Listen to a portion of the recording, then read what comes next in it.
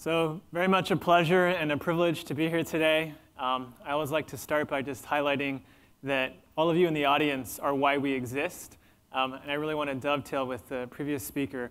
A lot of the tools that we're creating are here to serve folks like you. So when I talk about our goal of creating delightful modern payroll, I'm sure many of you have never thought of payroll as delightful. Not a term most folks associate with payroll. But just to quickly explain that, for us, we think of the building blocks of payroll as inherently amazing. On one side, you have people getting paid. Well, people love to get paid. And on the other side, you have employers rewarding their employees for their hard work. So I'm going to be talking today about the broader landscape of technology, how it's changing, and what it means for a small business owner. There's a lot of changes happening. It's an incredible time to be running a small business. But how do you kind of navigate and parse through all of those changes? So to start, I actually want to show a set of companies. I'm sure some of you recognize some of these businesses. The one thing they all have in common is that they're all from the Bay Area. And it doesn't mean every business needs to eventually become a large business, but every single one of those companies I just showed you all started as a small business. And so it's a really amazing time for small businesses. And many of you know these stats. I mean, small businesses are the backbone of the economy. 2/3 of net new jobs in the US were provided by small businesses. And again, it's not just the statistics. Everyone knows that it's a core part of the foundation of the economy. But for all of you, I'm sure it's much more of a labor of love. Everyone we talk to in terms of our customers, and I'm sure many of you as well, you started your business because you believed in something. You saw a product that you wanted to create. You thought of a service you wanted to offer. You thought of something that didn't exist before that you wanted to make real. And it really, truly is a labor of love.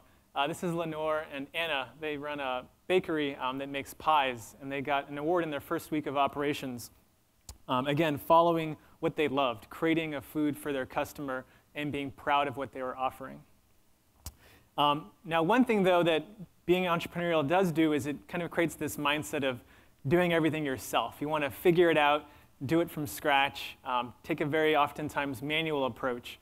And this can lead towards a lot of paperwork. And one stat, just happy to share, in our industry, 40% of businesses in America today do payroll on paper and spreadsheets. And 1/3 of businesses every year across the entire country get fined for incorrectly doing their payroll taxes. So I hope it's none of you in this room, but that's the historical statistic. 1/3 of companies every year make mistakes and get fined. So that's where technology can have a role. Not everything has to be done manually. There are definitely some parts that should be done in a very customized, personalized way, but there are tools out there and shifts taking place that are there to really help you.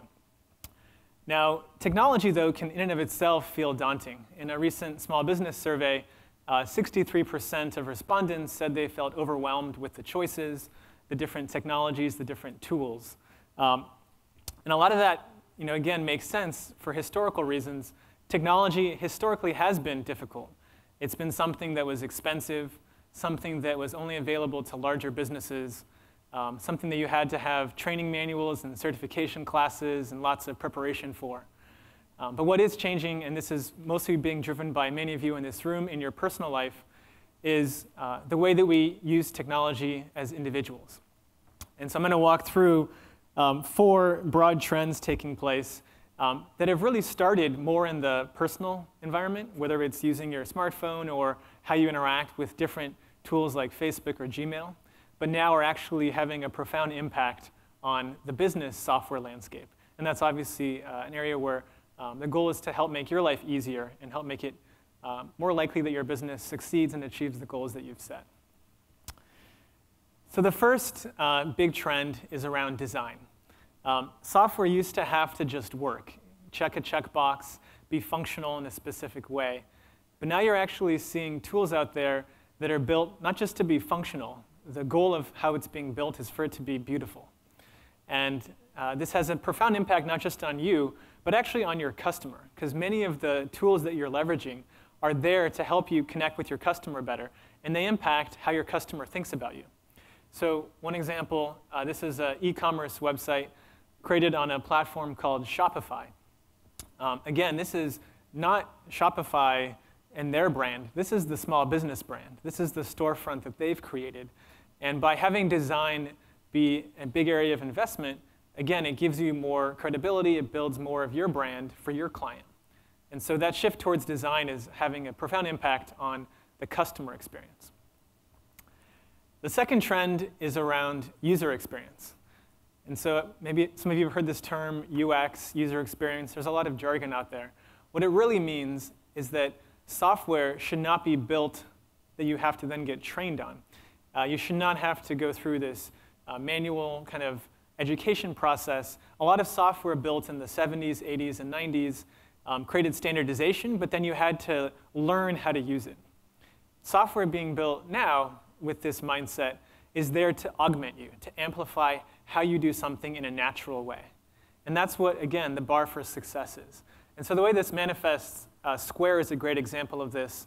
Again, point of sale, POS, lots of jargon. What Square has done is enable anyone to accept credit card payments in a remarkably similar or simple way, using products you already own, most likely, like an iPhone or an iPad, and then software that you don't need, again, to go have a 3-month tutorial on. It's something that works in a way that you find very naturally intuitive. The third big trend is around mobile. Many, many business owners don't have large offices with conference rooms and computer clusters. They're doing their business on the go. And in the past, it was easier to actually call someone.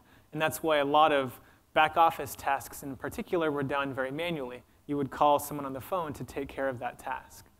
But now everyone has a computer in their pocket. And we actually joked at ZenPayroll early on, you could even run payroll from the beach. You know, we've had lots of customers send us photos now of themselves running payroll from the beach. So it really does change, again, how you naturally act on these business processes, whether it's, in this case, as an example, approving an expense report. You know, everyone collects lots of receipts. You want to make sure that you're very carefully segmenting business expense from personal expense. But then you would have to go through this complex process of approving reimbursements and paying out the money owed to your employees. Well, Expensify is a fantastic product that lets you simply take a photo of that receipt. It gets stored online, and then you have a report automatically created that says, do you approve these expenses? And you can get rid of all those paper receipts. Again, a problem everyone's faced, something that used to be done very manually, but can now be done so much better with devices that most of you already own. And then the fourth trend to really share with you today is around integrations. Everyone talks about software and these different technologies, but oftentimes the world is still full of silos. You have one product that does one thing, another product that does a separate thing, and they all exist on their own independently. Well, integrations mean that because this is now in the cloud and online, and the companies, the products themselves, have the goal of working well with other products, that data can flow much more easily in a trusted way. So what does this mean as an example?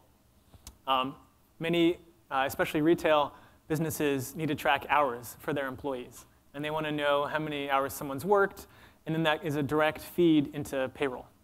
And so this is a product called T-Sheets, who's integrated into a payroll API that we've created.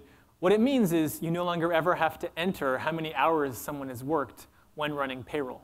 As soon as you've connected these systems, integrations are the foundation. It takes away that manual process. And that's the name of the game here. A lot of it is about how to remove these manual processes, take off one of those 20 hats that you've been wearing as a small business owner so you can focus on more important parts of your company. And I would probably guess most of you don't think of making sure you manually fill out a check as kind of a way for you to differentiate. It's something that has to be done. The way you differentiate is the quality of the product you provide your customer, the personal attention. Many of the points mentioned earlier about the community that you're creating. It truly is a labor of love. So kind of to conclude, I actually wanted to highlight, I think it really is an amazing time for small business. Hopefully those 4 trends are not very new to you, but they give you some grounding in terms of why this is a remarkably different time than 10 years ago. And that's because of these different trends that were not around 10 years ago, let alone even 5 years ago. And so for us, it really is all about the small business owner. They are our hero. And so I want to highlight 3 small business owners that are all local, some of which are participating in the week-long festival this week. This is Christina. She actually started a company called Farm Girl Flowers because she had heard a statistic that 80% of flowers are imported and 50% of flowers are wasted. And so she didn't understand that. She didn't like the idea of that much waste existing. And so she created her own business, created something out of nothing because she really believed in providing a better service to her customer. Another great small business example is David from Digital Fix. He was tired of buying electronics from chain stores. And he realized that he wanted to create thoughtfully designed electronics. He has a store in the Mission. Again, he's using a set of tools to streamline how he does his business. But these are all folks just like you, right? These are the folks that are our heroes. These are the folks we are here to serve in the technology community because our job is to make your life easier and listen to you along the way. And then last but not least, I would love to highlight Azalina, who actually, again, no one told her to create her business. No one said, this is what you have to do. A small business owner is always choosing to do this because they believe that they really can create a better solution and that they really love the act of creating a business. Like the stat mentioned earlier, it's not to save time. Usually it is more time. But once you've done it, it's hard to ever go back. In her case, she now actually has food in or her meals in Whole Foods, a bunch of different catering services leverage what she's created. A great example, again, to someone creating something out of nothing.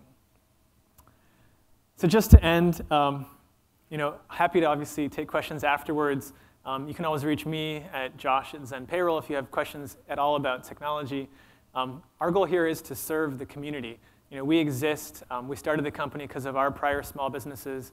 Our families have run small businesses. It's always that personal connection that makes it really meaningful. And it's a truly profound time to create a small business. And I hope that in the coming years, the difficulty of helping your business succeed will diminish. It doesn't mean it will get any less simpler, but it should actually take off some of those hats you've been wearing. And I hope this week is helpful to you as well. Thank you.